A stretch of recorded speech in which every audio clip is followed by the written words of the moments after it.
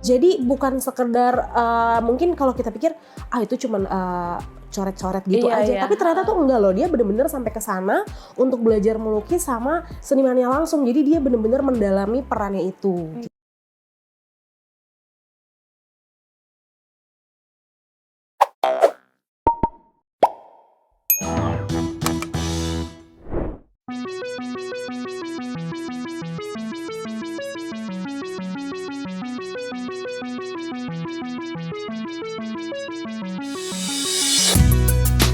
Pencurian terbesar abad ini sedang berlangsung. Dilakukan oleh 6 anak muda amatiran. Tujuannya tentu aja duit. Tapi selain itu, mereka juga mau membuktikan bahwa meremehkan kemampuan anak muda adalah kesalahan besar. Selamat datang di Sinepuan. Ini dia review film Mencuri Raden Saleh. Hai, selamat datang di konten Sinepuan. Buat kawan puan yang hobi nonton atau sekedar penasaran sama film atau series yang lagi happening, kalian udah ada di tempat yang tepat nih. Karena di Sinepuan kita bakalan bahas semua genre film dan series yang pastinya kalian bakalan suka. Nah, di episode kali ini kita bakal bahas film yang lagi rame banget di media sosial. Yang baru tayang di bioskop pada tanggal 25 Agustus 2022 kemarin. Nah, film yang akan kita bahas ini disutradarain sama seseorang yang karyanya tuh udah nggak diragukan lagi deh Kak, yaitu Angga Dwi Masa Songko dengan filmnya apalagi kalau bukan Mencuri Raden Saleh. Nah, nggak cuma sutradaranya aja yang keren, tapi pemainnya juga deretan aktris dan aktor muda yang lagi hits banget ya. hits, lagi naik daun, banyak banget fansnya.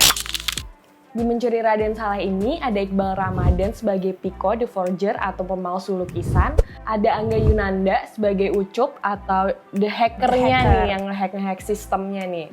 Terus ada Agni Nihak, dia di sini sebagai Sarah the Brute. Jadi Sarah nih tugasnya untuk yang itu yang bertarung-tarung Action di ya, actionnya. Terus ada Rachel Amanda sebagai Vela the Negotiator.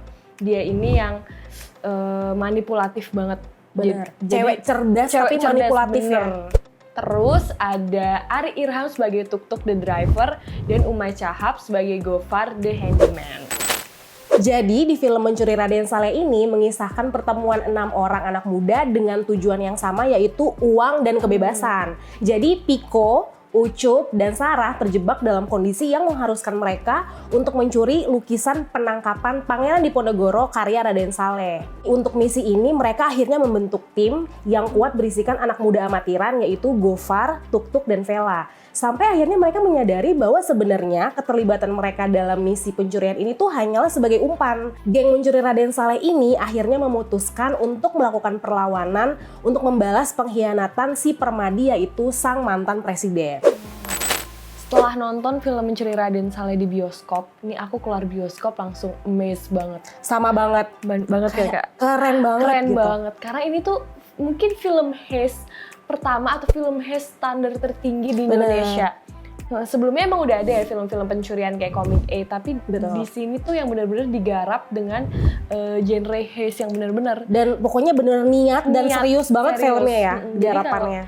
Jadi kalau kawan puan pernah nonton Money Heist, ini tuh struktur penceritaannya, plotnya tuh sama karena emang mengambil genre heist itu sendiri, bukan kayak komedi atau yang lainnya gitu.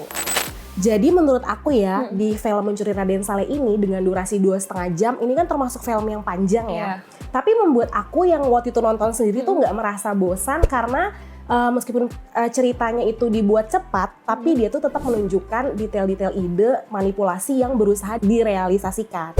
Ya bener, aku tuh setuju banget, 2,5 jam itu nggak kerasa banget. Dan tadi yang masalah gambar, itu tuh teknisnya menurut aku ini tuh naik kelas banget film Indonesia. Bener, itu untuk film Indonesia ini menurut aku keren banget sih. Bener, jadi ada beberapa yang pakai emang visual effect, ada juga emang yang pakai teknik kamera dengan alat yang canggih gitu.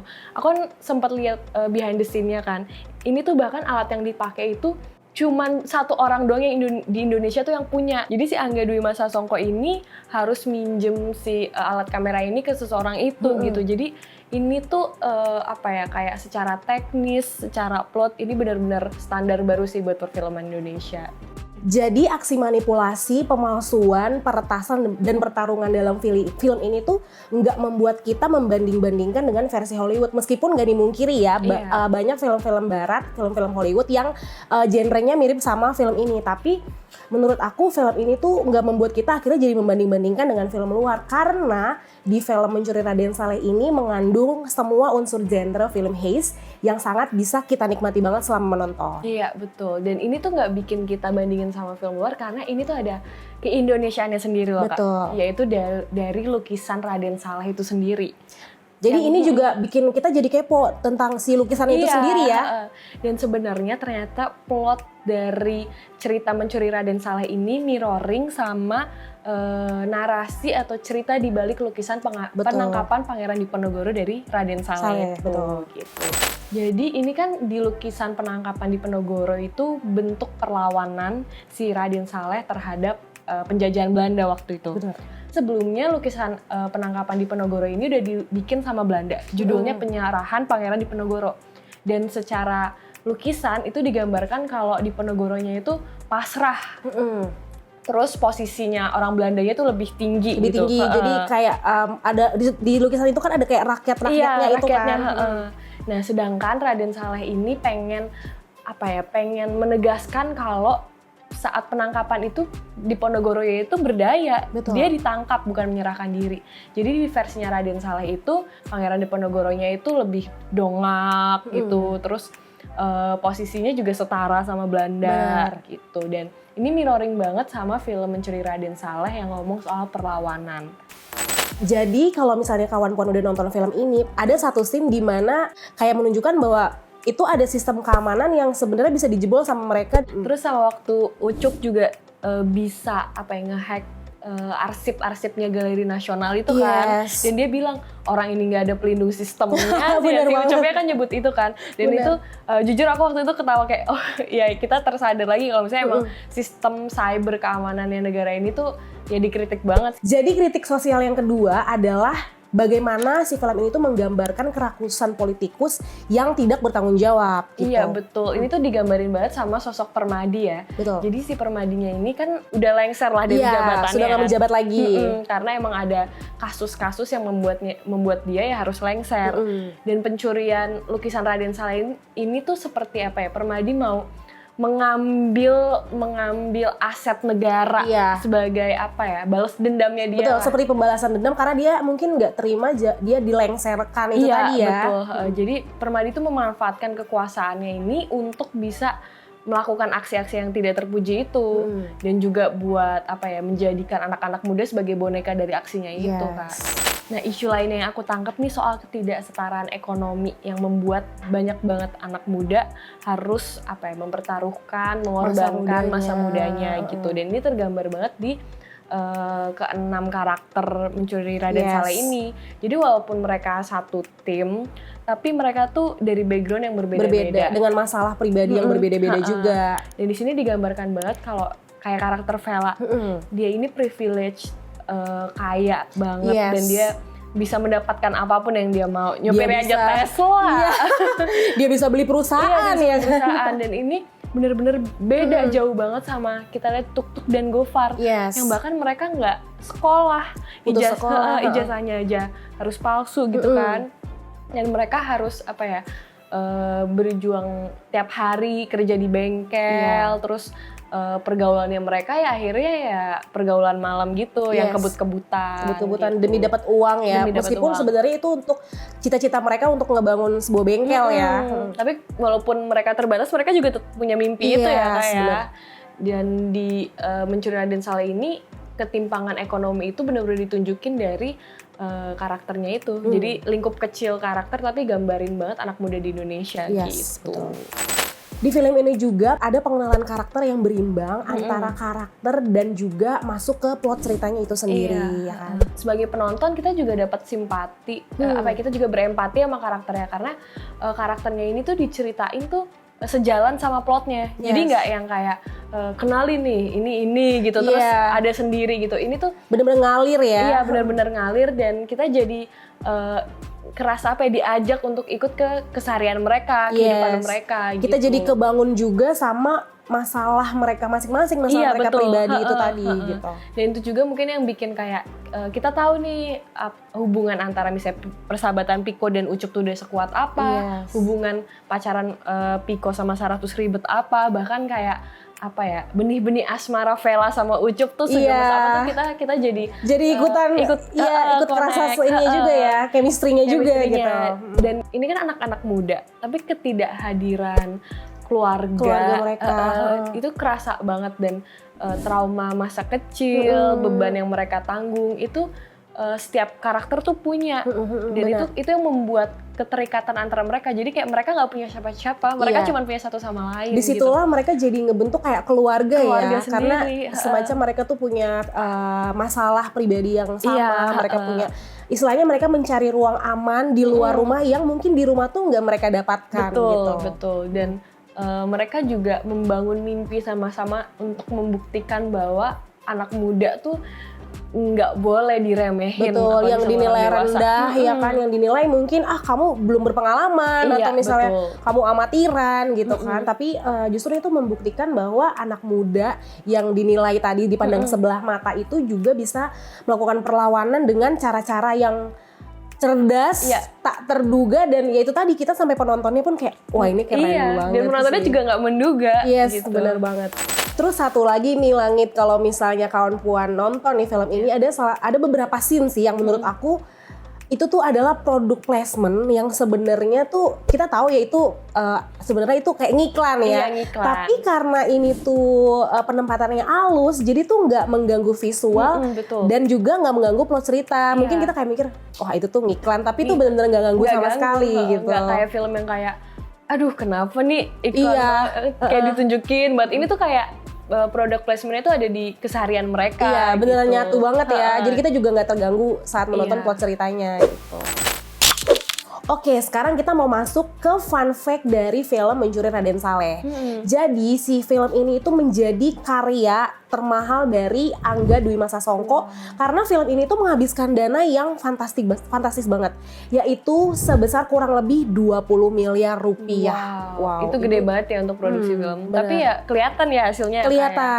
Kelihatannya itu karena contohnya adalah di scene kejar-kejaran dengan mobil di terowongan SCBD itu tadi. Yang kalau misalnya kawan puan lihat itu tuh adegan menabrak mobil tuh ternyata beneran menabrak, itu artinya dia memang sampai di scene yang di terowongan itu ada adegan kejar-kejaran itu sampai menghancurkan 20 mobil. Wajar ya 20 miliar ya. Iya wajar itu, aduh 20 lagi banyak kan? banget. Jadi menarik lagi nih ya kayak.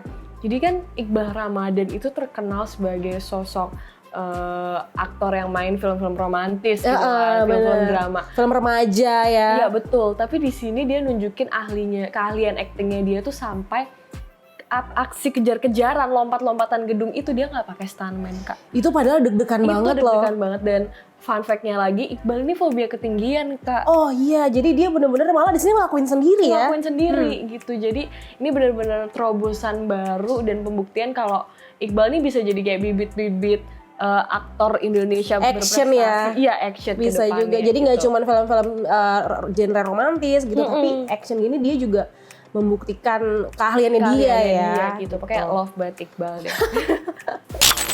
Nah, bahkan untuk memaksimalkan peran mereka di film ini, para pemerannya itu bahkan belajar skill sesuai dengan karakter yang diperankan oleh mereka. Contohnya itu si Iqbal, di sini tuh dia sampai pergi ke Jogja untuk khusus belajar melukis dengan seniman lokal. Jadi bukan sekedar mungkin kalau kita pikir itu cuman coret-coret gitu aja. Tapi ternyata tuh enggak loh, dia bener-bener sampai ke sana untuk belajar melukis sama senimannya langsung. Jadi dia bener-bener mendalami perannya itu. Nah itu tadi Iqbal ya. Selain itu juga Rachel Amanda yang berperan sebagai Vela, dia di sini kan juga sebagai bandar kartu ya. Jadi kan kita bisa lihat tuh bandar judi lah ibaratnya. Dia bisa kelihatan banget dia tuh punya keluar banget auranya sih menurutku sebagai seorang bandar ya. Nah ternyata si Rachel Amanda ini dia sampai belajar gestur bandar kartu dan beberapa teknik permainan kartu kan kita bisa lihat di scene dimana dia ngocok kartu ya. Itu beneran dia sendiri loh, dan ternyata itu dipelajarin sama dia gitu. Jadi Oke. bukan cuma sekedar ala-ala aja, tapi memang beneran dia mempelajari gesturnya, jadi terlihat lebih alami Iya. gitu. Susah loh Kak tuh ngocok Iya. kartu yang Iya, seret aku gitu. jadi penasaran, pengen coba Pengen juga. coba, pengen jadi judi juga. Enggak dong. Jadi yang jadi tuk-tuk itu jadi driver, dia tuh bener-bener apa ya, bisa mengemudi, keahlian kemudinya, Yes. ngedriftnya itu ditunjukin juga. banget. Jadi memang bener-bener dia itu bukan ada pemeran pengganti Iya ya. betul banget. Jadi dia memang bener-bener belajar dan itu ditunjukkan dalam aksi-aksi di scene-scene filmnya Iya, dia, betul. di perannya dia gitu. Nah, fakta menarik lainnya nih Kak soal film Mencuri Raden Saleh itu di adegan pembuka yang di studio, di studio di gudang lukisnya si Piko ini, ternyata tuh ada lukisannya Iqbal Ramadan. Kayak Maksudnya lukisan gimana nih? kayak Easter egg gitu Kak. Jadi tuh ada kayak, kan di situ kan banyak karyanya si Iya, Piko iya, ini kan. iya. Nah, salah satu dari itu tuh ada lukisannya Iqbal Ramadan. Hasil karya lukisnya dia tuh dipajang di situ ya. Iya, jadi kalau kawan puan nonton lagi nih ya. Aku jadi pengen nonton lagi karena aku nggak merhatiin jujur aja. Iya. Hah. Ayo Kak kita.